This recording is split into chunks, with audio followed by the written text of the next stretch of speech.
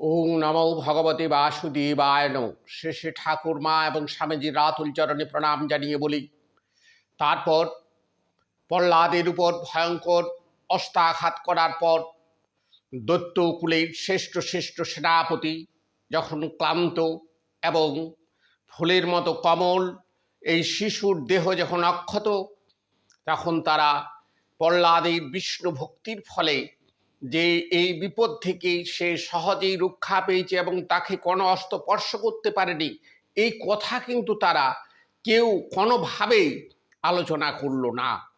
তারা তার বিপক্ষে আলোচনা শুরু করলো। কি বলল না, প্রহ্লাদ প্রচণ্ড মায়াবী এবং সে প্রচণ্ড মায়া জানে, তার জন্য এই ভয়ঙ্কর ভয়ঙ্কর অস্ত্রের আঘাত সে এড়িয়ে গেছে, তার কোনো কিছু হয়নি। এরপর সমস্ত দৈত্যকুল বসে রায়সভা বসে গেল এবং পরবর্তী তার বাবা হিরণ্যকশিপু সে তার সন্তানের মৃত্যুর জন্যে উঠে পড়ে লেগেছে, কিভাবে তার মৃত্যু দেওয়া যায়। সে বিষ্ণু ভক্তি করার জন্য, বিষ্ণুর নাম করার জন্য তার বাবা এরকম একটা অবস্থায় তৈরি করেছে এবং পুত্রকে হত্যা করতে বদ্ধপরিকর। সিদ্ধান্ত হলো তাকে কারাগারে বন্দি করে তার বুকে পাথর চাপা দিয়ে রাখা হবে।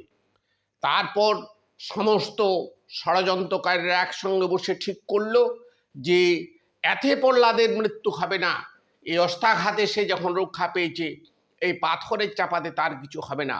অতএব কি করতে হবে না, তীব্র বিষ তার খাবারের সঙ্গে মিশিয়ে দিয়ে সেই খাবার তাকে পরিবেশন করতে হবে। ভাগবতে একথা উল্লেখ আছে যে খাবার তার মা গয়াদুর হাত দিয়েই তাকে খাওয়ানো হয়েছিল।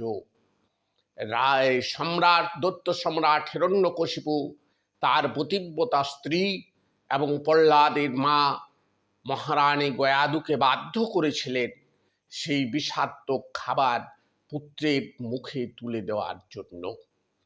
এই হলো বিষ্ণু ভক্তের পরিণাম দৈত্যকুলে।